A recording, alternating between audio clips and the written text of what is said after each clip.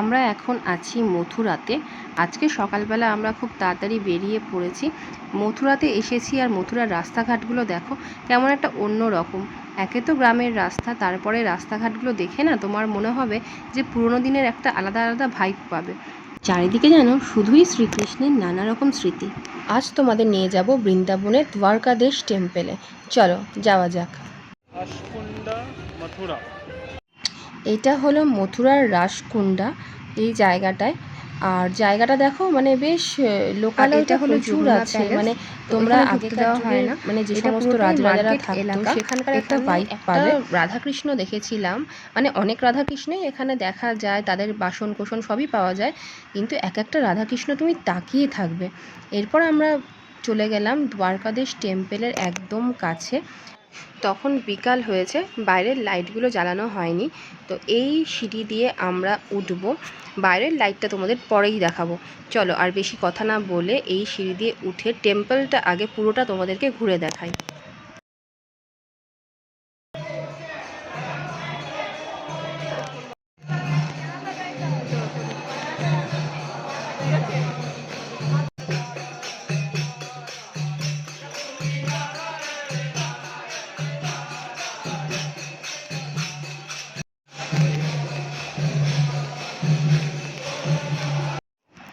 এই দ্বারকাধীশ টেম্পেলের যে ঠাকুরের মুখটা, এটা কিন্তু ঢাকা দেওয়া থাকে, তো বিকাল 6টার পরে এই মুখটা খোলা হয় ঠাকুরের।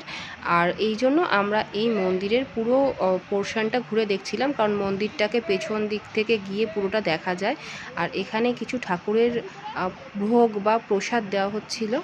তো এখানে রয়েছে ক্ষীর আর পেছনে রয়েছে মালপোয়া। ক্ষীরটা বলছে 30 টাকা আর মালপোয়াটা 100 টাকা। তো দেখি আমরা টেস্ট করে দেখি। টেস্ট করো অরিজিনাল ক্ষীর।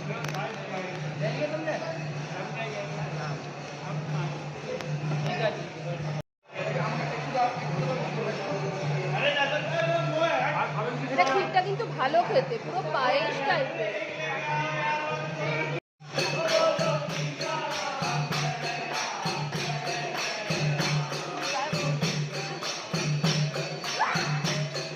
এইবার পর্দা সরানো হচ্ছে আর ঠাকুরের মুখটা খোলা হচ্ছে। প্রচুর ভিড়, এত ভিড় যে পুরো ঠেলাঠেলি লেগে যায়। তো এখানে মেয়েদের দাঁড়াবার জায়গা আলাদা, ছেলেদের দাঁড়াবার জায়গাও আলাদা। তো তোমাদেরকে খুব সামান্যই ঠাকুরটা দেখাতে পারলাম। এবার বাইরে এসে দেখো আমরা যখন বেরিয়েছি সন্ধ্যা হয়ে গেছে আর লাইটটাও জ্বালিয়ে দিয়েছে।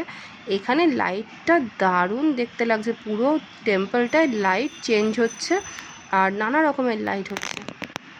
এরপর আমরা যাব দারুণ সুন্দর বিশ্রাম ঘাটে।